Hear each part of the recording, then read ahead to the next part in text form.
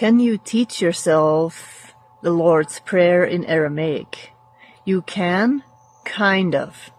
So some people have been reaching out and saying, oh, interesting, I've been teaching myself the Lord's Prayer in Aramaic. I've been teaching myself these mantras and specific languages and specific frequency prayers, mantras in these languages. And that is awesome, because that shows that you have a desire to connect with these teachings.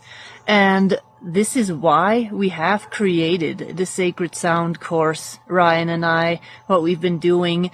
And today's call was all about the energetics and the quantum physics even behind the words, the frequencies, how they translate into sounds. These are teachings that you cannot really learn if you are studying these things on your own.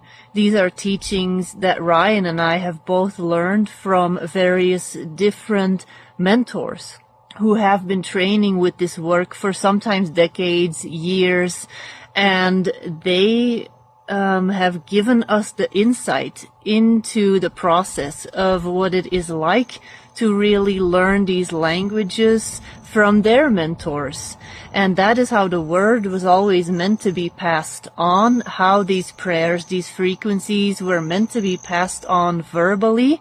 And the word is not supposed to be passed on as a written flat text.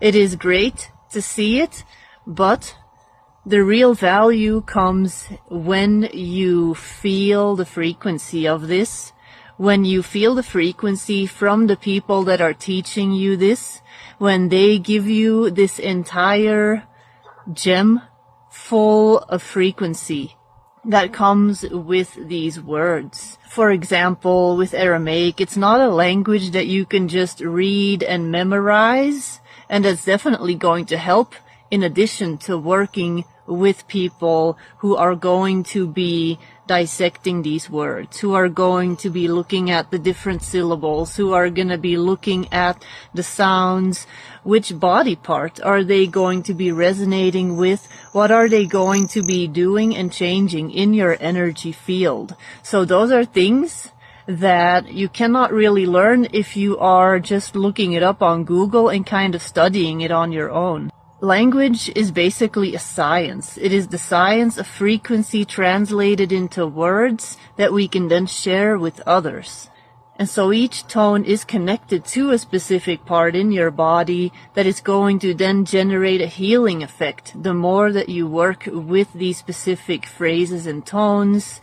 So different prayers, different mantras are then going to be able to be used by you for different parts of your body, different emotional healing, different mental layers that need healing.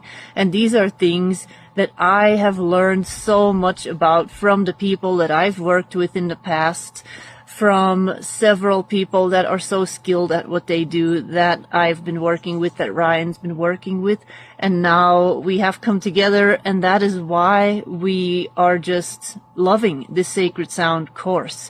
So we have done 2 modules now. You can still join us. You can get the recorded version, and you can get up to date with those sessions. We are now on week 2. It's a total of 7 weeks, and next week is week 3.